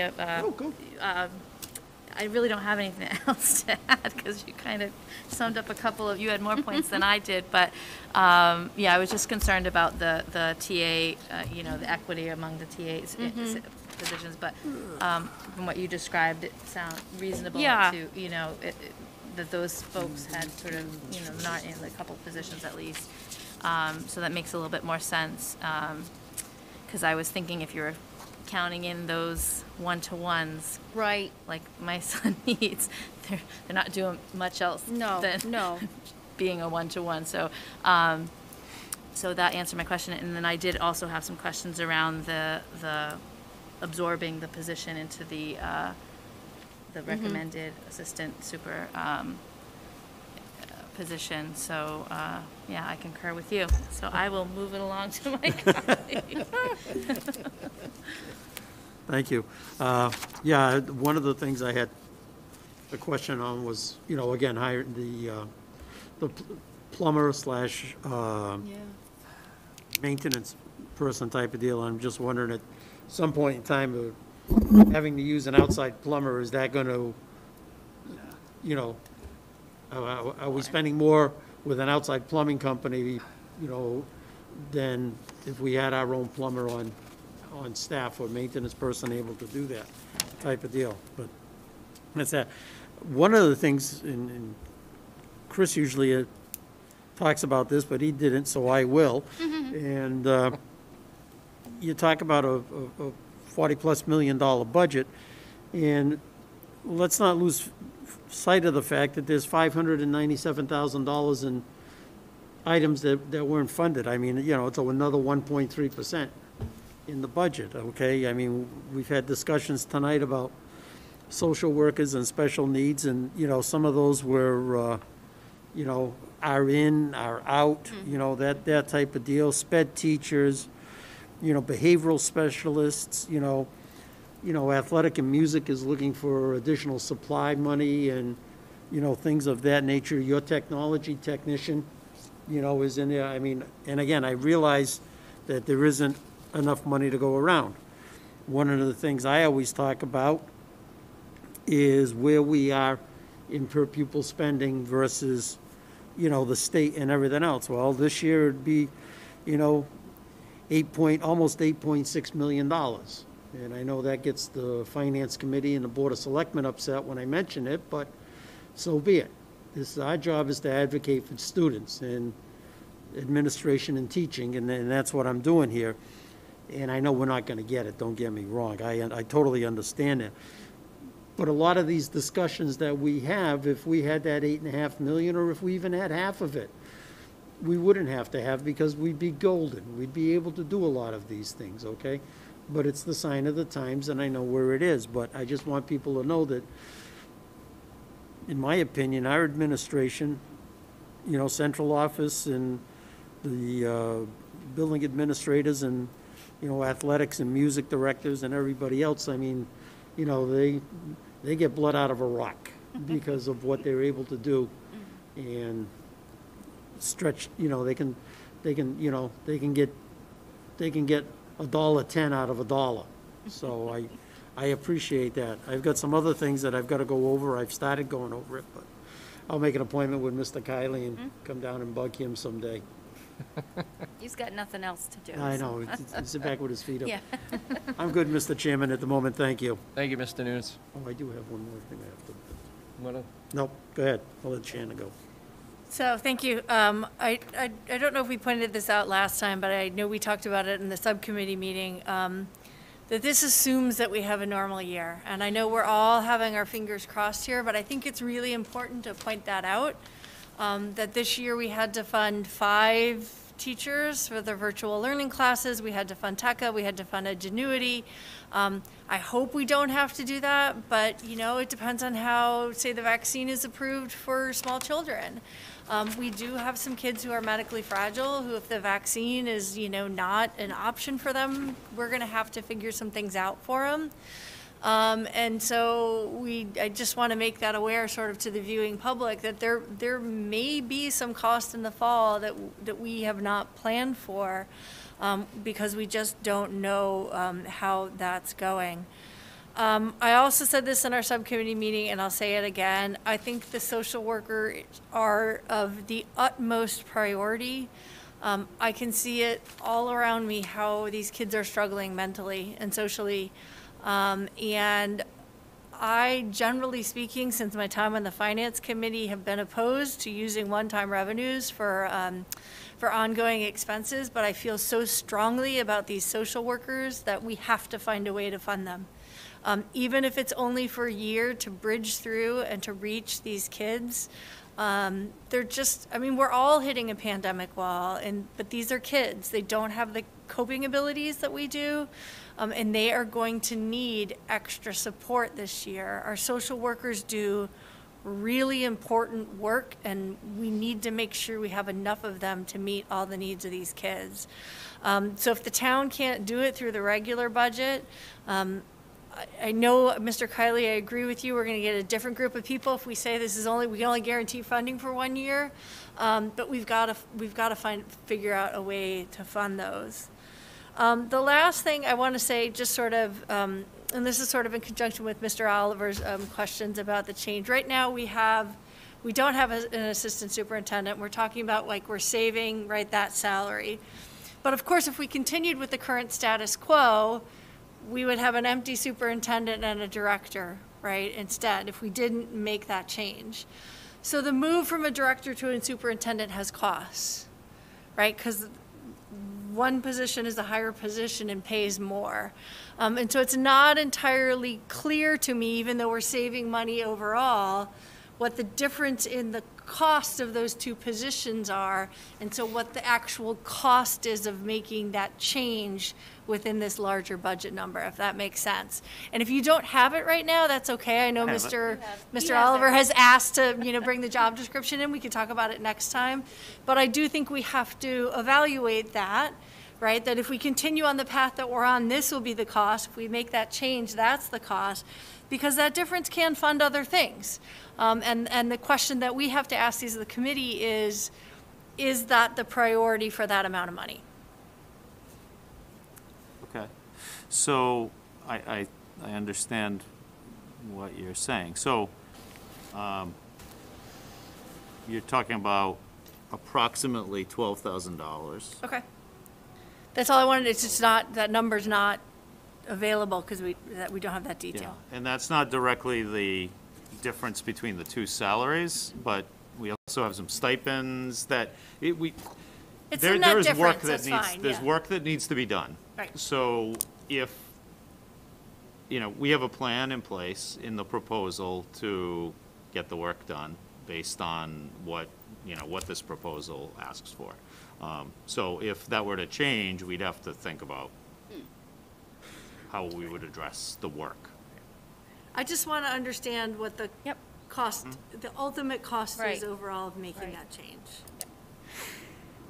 That's it. Thank you. Anything else? I just have one more thing I want to circle back to for the social workers. Actually, Dr. Jenkins kind of made me think about it, because when I look here, it looks like we're looking at 1.0 district FTEs for a social worker, and then a 0.5 at Cushman, correct? Right.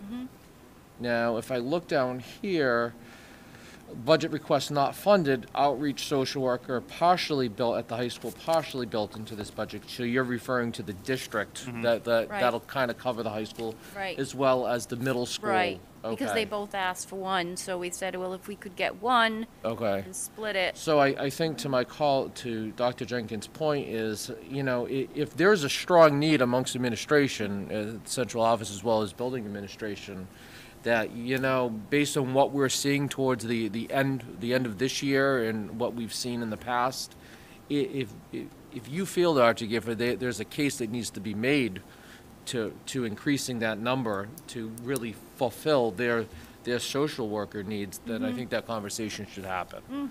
And I think the committee would. I think the committee would be willing. We could certainly add things. Yeah, no, Yeah. we'd be that specifically. Yeah. That Yeah. specifically the Yeah. social worker piece. I think that the committee. I think a case could be made that it should. It's absolutely worth looking at the one-time revenue for that. Okay. And that is all I have right now. Did you, Yeah, Mr. Mr. Nunes? Chairman, just one other thing. And I'm just wondering if we go, the conversation that we can have, if we go forward with the budget hearing and additional budget discussions on the 22nd, usually, there's people here that can ask comments and everything else. We're going to need their comments ahead of time or something while we've got the hearing ongoing. It's going to be a little different type of a hearing. You know what? You actually bring up a good point, and I do know, and I'm not sure if Mr. Parati behind the scenes or Mr. Galashar over there can answer my question, but I do know that there have been some other districts that have done either public comment or especially for a public budget hearing in which people are able to come in live to ask the question. I know it's kind of a toss-up, and it makes me nervous as a tech director myself.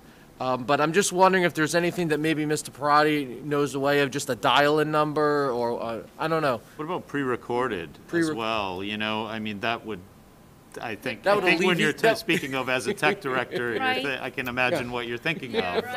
that, you Things know, we've heard we could have about. somebody coming in on video We witnessed inappropriately. it, let me just say, at our faculty senate meeting, we witnessed it, and Well, it right, was, that's it was right. pretty horrible. Oh, my. So Yeah, I'm, that's- I'm really reluctant to have any live, ungated, it's important to have the public comment. Yep. But the things that happened in some of our campus meetings are horrifying. So would it be, because, good point, you know, wasn't- I agree with you, Shannon, And I wasn't too. talking about per se having the public, you know, come on television or, you know, come here 6 feet apart, say this and leave the next one. I wasn't talking about that. I was mainly making sure that they understood that if they've got a comment about the budget, because we don't comment on things of that nature, but they get it to Kate before 5 o'clock next Monday. So that way, we have a chance at least to look at it and see what's going on, if you know what I'm saying. I do. That's mainly what I was talking about. Okay. And was my concern. And I'm just throwing this out there, for the public budget hearing, though, is it worthwhile having, if we ask to keep statements to so many words, is it worthwhile having them read aloud? Yeah, I mean, if, I think there might Yeah. be some. if they're, in no disrespect, if they're half a dozen sentences, that's fine, but I mean, with all due respect, if somebody sends you a dissertation, send it to us, we'll read it, but not, you know, it'll be part of the minutes, but not part of, you know, the budget hearing type of Right. deal. We can take it into consideration. That's my thoughts. So, yeah, I mean, following along what Mr. Nunes is saying, we've normally said, you know, we're taking public comment when the meeting's on, but we might make an exception in these times for the budget and to just say now, you know, if you're gonna send a message to Kate, have it say budget, you know, and that way we know we can collect all those. They should be under a certain number of words, to your point. And we can read those budget comments, again, so long as they're concise. Right. Yeah. I just think it's important for this, for the budget, the year that we're in, that we give people that opportunity to be it's heard important. aloud. Yeah. Yeah. You got Mr. Kylie. And as you know, we have an advertising requirement for the budget hearing, so we can make that clear in the, you know, in the ad, that, Okay. Yeah. you know, they can need to be forwarded by a certain time, and the length, you know, in order to be read at the meeting, the length, you know, we could figure out a number Yeah, of words or whatever something. works for you folks, but I agree, you know, if it's, Yeah. keep it under so many words, Right. or Yep. they'll be read aloud. If it's over that, you can send us a book. Right, A chapterized book, but it won't be read aloud in the air. okay. Is everyone in agreement? I That's am, fine. yeah. I'm good with that. Okay. I just, Yep. I had that No, note so- and I wanted to. No, thank you, Mr. Nunes, appreciate that. Next up on the agenda, turn it over to Dr. Gifford for the superintendent's update. Sure. I'm glad we had a student rep tonight because I had a number of the items for the high school, but he was able to go over some of those. So a few things that are going on. You may have seen MCAS is still on, but there was an updated calendar that was sent out. So right now we have grades 3, 4, and 5. The window of May 10th through June 11th, which might almost be out of school by then. And middle school has been a TBD right now. So maybe there's still hope that they're just going to get rid of it at all. I don't know. So we got that. Just a nice little note that a parent sent over to Cushman, and Justine shared it, that they had joined up with the Feinstein Junior Scholar Club. And it was about this particular theme. They were using whole class in Kindness Week. But she just received a nice note from one of the parents that a student is in one of the virtual classes and how they had been included in, you know, I guess not virtual, but home, and then made sure that she was included and that kind of thing. So it was just nice to have, one of the comments was, you spread a lot of joy. So it was really nice.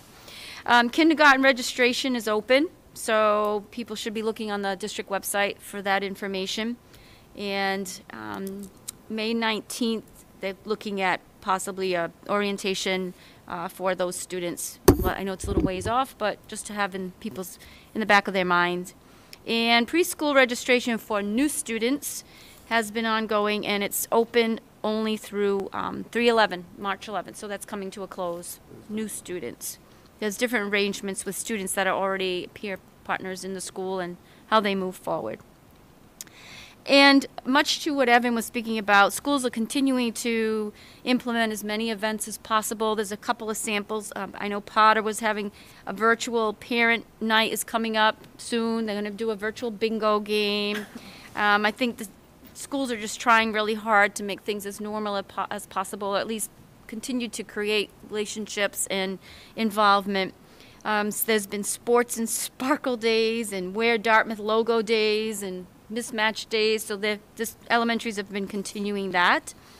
A little bit more on the music program. I know, Kathleen, you had sent some information a while back, and Ian did provide some updates that I'll just go over this quickly. With some of the space limitations at the elementary, they weren't able to provide, and you know there's new updates now, the new guidance with the singing and whatever. Can't provide the 10-foot distancing for wind and recorders. So that was one thing. The guidelines in singing were just changed, so they're moving to transition the choral groups, the rehearsals at the middle and high school, and vocalizing at the elementary general music classes. So, and of course, weather's getting nicer. Hopefully, they'll be getting outside where they can really let loose, if you will. He mentioned that they're planning on rolling out the 5th grade band and string programs in early April. And lessons will be once a week at night, and there'll be 6 sessions preparing students for the 6th grade program. He feels that they'll be able to do that safely, especially with the vaccines coming up. And Evan mentioned the indoor ensemble, so I won't mention anything about that. But one thing that is important, that he is trying to think about getting some fans in, if you will, or spectators coming up soon, following the protocol that the athletic departments have used. So we'll be listening in for that. He's hopeful that that will be able to happen at some of the indoor percussion. And preliminary planning has begun for high school concerts in the month of May. Not sure if they will be virtual or in person, with small groups being able to attend. So they're working on that, and they've done a phenomenal job, as we all know. Just a very important announcement, and I know it went out with the high school s'mores that Ross puts out, but year-end activities are being planned. The discussions have been going on for a long time now with the class. Officers and the student advisors have met many times with the administration, and also he mentions that during advisory all the seniors were able to jot down some ideas that they had for end of year. So they've been collecting those ideas. Matter of fact, as I said, I was in one of the meetings with Mr. Tebow last week, and he happened to be on Zooming with the kids, and we kind of chatted through that, and they were coming up with a lot of good year-end ideas. They're really trying to plan for as many in-person things that they can, with the hope that with the guidance, the public health guidance, that we'll still be able to do some things. Of course, the real plan is to have an in-person graduation ceremony. We're not sure what it might look like, but obviously we have to continue to follow health and safety. So I talked to Dr. Bromage this weekend, and he volunteered to help with that planning. Good. He's planning our own graduation at UMass, and he said he would love to help the they'll let Dartmouth Ross schools know. help plan. He's also planning the Academy Awards right now, so I think he knows what he's doing, and he offered his services to help the district out with planning that. So I think good. you have his Yeah. contact information. I do. I have an email He said for to him. feel Yep. free to contact him, and he will help the All right. district with Awesome. that. I'll let Ross know. To your comments, Dr. Gifford, where are we at right now? And you know, I apologize for not knowing this, but where are we at with the guidance from the state as far as large gatherings? Has any of that changed in regards to large gatherings? Like, I don't know. I honestly, I haven't. I can say what Erin has told me, and this is not official, but we are moving ahead. We're probably not going to do one graduation at UMass Dartmouth. We're looking at doing groups or pods of graduations, Right. which is a little easier for us. But because we do ours in May, right? Usually around the beginning to mid-May. A couple weeks after that, in the beginning of June. He thinks that we will be in a better place.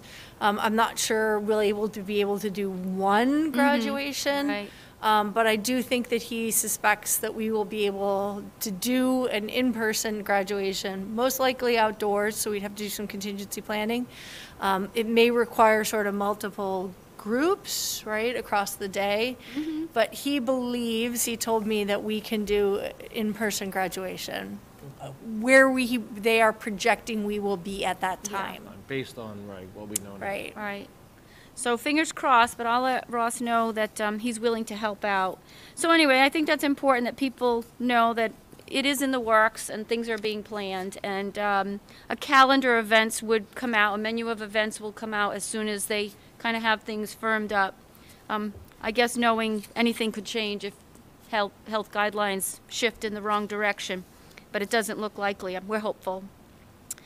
Another thing, for the second year in a row, we're going to be offering students a chance to earn the seal of biliteracy. So, in case you don't know, the Mass DESE looks at that as an official designation from Massachusetts. So it recognizes graduates who are proficient, obviously, in English and another language, and they get to take an exam. And we started last year we get a seal, and it goes on their diploma.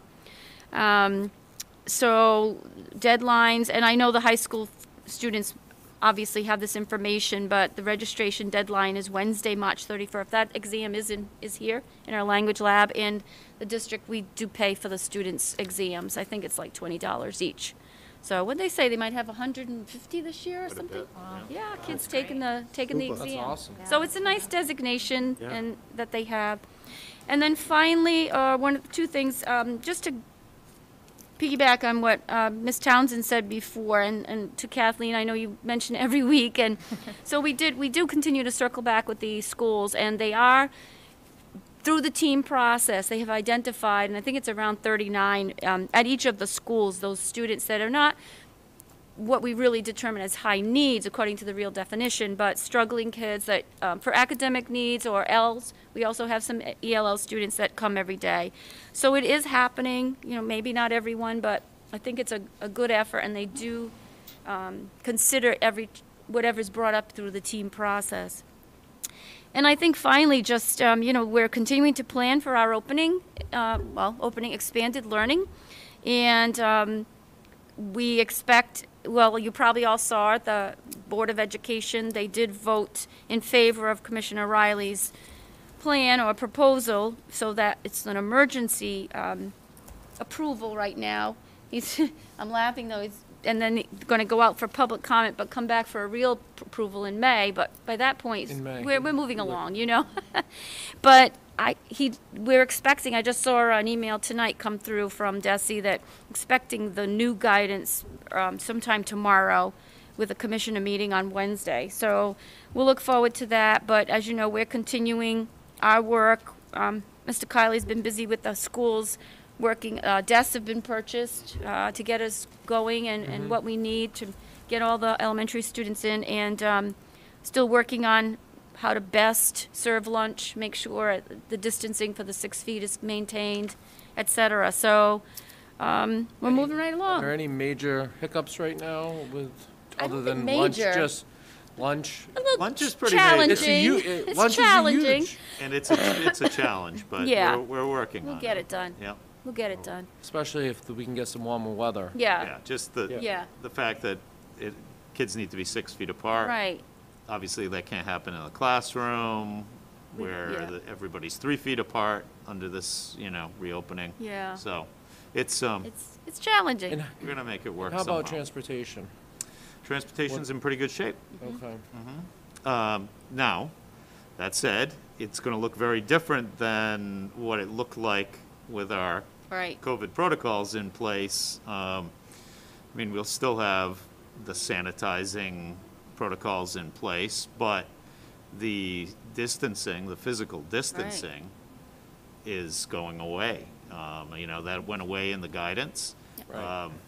I find it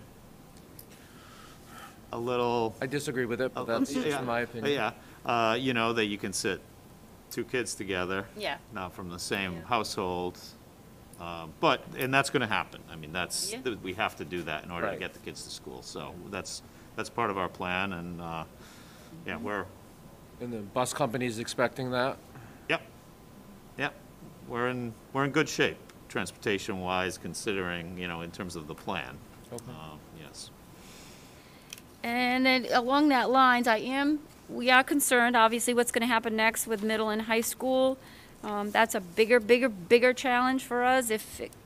We don't know, but one thing I will say, at the middle school, I've asked them to come up with more synchronous learning for students. So even when we're in the hybrid method right now, what they're going to be doing, and Mr. Doan's been meeting with his staff, they're planning to unveil this soon as he has the details to the parents that are in the hybrid model. But teachers will be offering the 4 academics every day, 1 live lesson.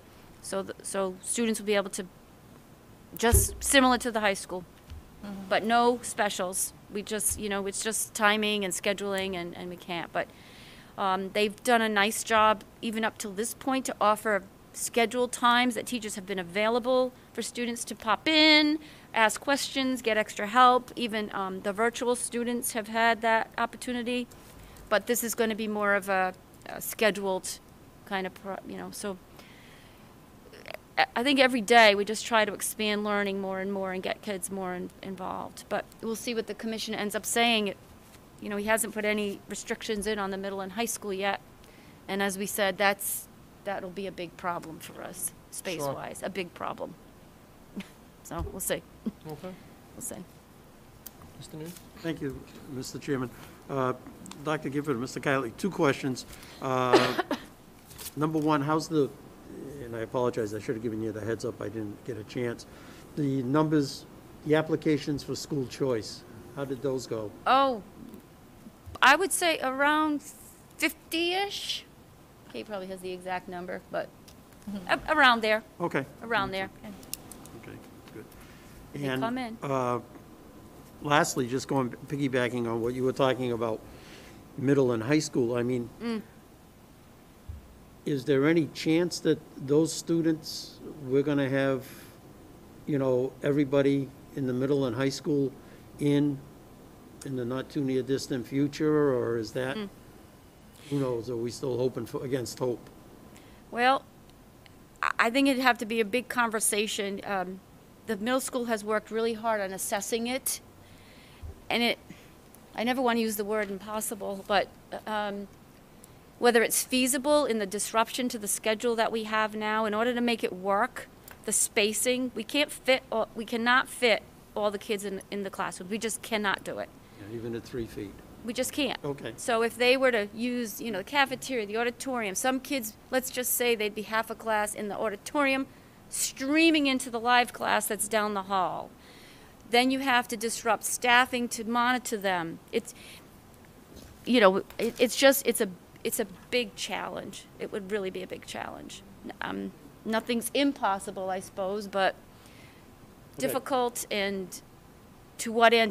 The proposal is almost like it'd be a half day of live, so then kids would go home, so that just to accommodate all the scheduling, the prep times, the supervising of classes. I think, what did he say, one of the classes, 100 8th grade students pretty much wouldn't fit in classrooms, given the parameters that we have to abide by. Right, yeah. So, thank you. we continue to look at it, we continue to plan, but Yeah, I don't know. understood. Thank you, ma'am. You're Thank you, welcome. Mr. Chairman. Dr. Jenkins? So I just want to go back to, the end of the year events, and I know some of my colleagues saw this on Facebook. Some well-meaning parents are starting to say, understand, I'm a parent of a high school senior too. I'm super sad for all they've missed, but they're starting to plan their own events. And, we all sort of stepped in and said, please just hold on. So I think it's really important for all of us to say here that we are committed to trying to figure out ways to do this. And I think we need to be better about communicating on this, because rumors are starting to go out, and so the message needs to keep going out that we are committed to figuring this out. It may not look the same, but like one very well-meaning parent, right, was, had like a place and a DJ and a this lined up. And my worst nightmare is that what ends up happening is some kids get a prom and some kids don't, or some kids get multiple proms and some kids don't. So I really just want to state that we are committed to trying to make it happen for these kids, and I really want people to just be patient with us, because these guidelines are continually changing. I would hope that even if we had to figure out putting on, again, 4 small, that the school would do it so that we ensure that every child has an opportunity to experience these things.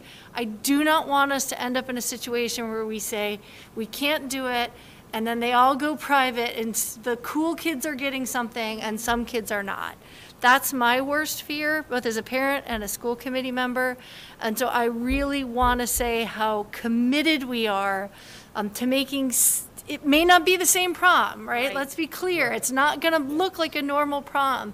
But we are committed to figuring out ways to make these things happen and for them to be special to these kids. And I would just ask people to be patient with us.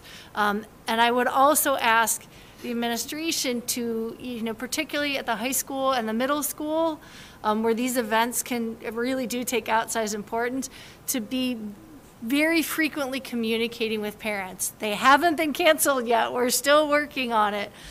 Because people are understandably nervous about, what this is going to look like for their kids. So we have to reiterate to them our commitment to this and let them know that we are trying to figure this out. And we will figure something out. Right. That's I think that's important, that, I mean, it's all going to depend in all seriousness on the guidance. On the guidance that we get from the governor and the people up there is, Right, but I would also I mean, understand if they sit there and they say, you're going to have 50 people at an outdoor event. I mean, we're in trouble. Right, but here's what I would say. Now we've got to sit here and say, okay, we're going to have, and I'm just off the top of my head, so please don't take this as gospel, but so now we've got to sit here and say, okay, the prom is going to be on this date. And it's going to be at 6 different venues, because that's how we can get 300 students into a prom, if you know what I'm saying. No, I understand what you're saying, Mr. News. I certainly understand what Dr. Jenkins is saying. My daughter was a senior last year. While she didn't live through the whole pandemic of her senior year, she did lose out on her last three months of her senior year, and it's tough. It's tough, especially as a parent seeing your child lose out on all that. So that being said, I agree that I think that there should be some kind of middle ground that the school department can come to. That we got to try to do something to the best of our abilities for our high school seniors. Yeah, and to be honest, the seniors that are working on this are really, I was listening in, they're even looking at little small events too, something special, like an ice cream truck day, just for the seniors, just little things as well. So do you think it would be beneficial, worthwhile, maybe not next meeting, but in the near future, that we could get a report on the senior class, the senior activities? As soon as we have some more detail. This way it'll get it out there, because Shannon's right that a lot of parents are getting concerned, and we talk about this all the time. For those of you at home watching, Dr. Gifford's always briefing us, but we are committed to this. Take yours one step further, maybe right after April vacation, as things really start to wind up, we could have the 4 senior class officers here at a meeting, socially distanced, to explain what's going on and talk to us. That would be nice. Fine with me, yeah. I would love that. I think that would be great. Yeah, I would agree. I would just say, as a parent of a teenage boy, information doesn't always come home to me through my child, which is why I think it's really important that that we communicate via email, via newsletters with parents. I know, I've seen pictures, I hear what Ross is doing, and the students are very involved. Right. But sometimes I think students are not communicating that to their parents, or those student planning only involve maybe 20 or 30 students, and so not everyone knows what's going on.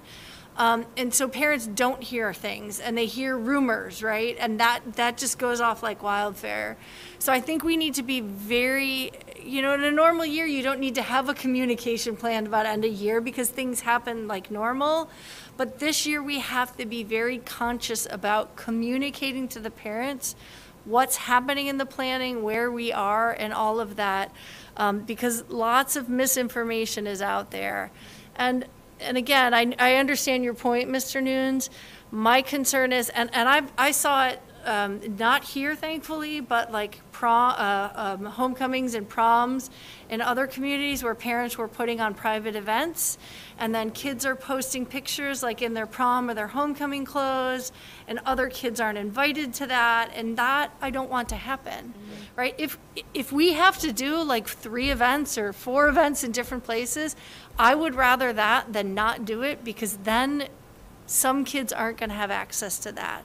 And to me, that's the worst possible outcome. I want every kid to, it's not going to be the same, but to have something that they can go to so it's all the same. That's my most sort of important thing that I really want for these kids. Thank you. That's all I have. Thank you, Dr. Gifford. Report of the chair. So I really don't have anything other than just to let everyone know watching, you know, that we get your emails, we read them, we listen to them after our last meeting. Everyone has their own opinions, lots of opinions and lots of ideas, lots of suggestions. At the end of the day, the committee, you know, we get briefed all the time from Dr. Gifford, the administration, as to where we're at. As we, you know, we're well informed with the public health side of it. You know, Chris, Mr. Michaud, our public health director, joined the meeting last week. It was very helpful. And all I can say at the end of the day is we understand, you know, not everyone's going to be happy, but we got a job to do, and we're going to do it to the best of our ability with students, the #1 priority, and safety, the #1 priority. Right. So thank you for your emails. And, you know, just know that we do the best job we can with the information we have at the time. Dr. Jenkins? I'd also like to say something along that line. You know, I will be honest, I've actually quit many of the local Facebook groups. People are entitled to their opinion. But this year has been really hard on everyone here. But I would say particularly our administrators and our teachers.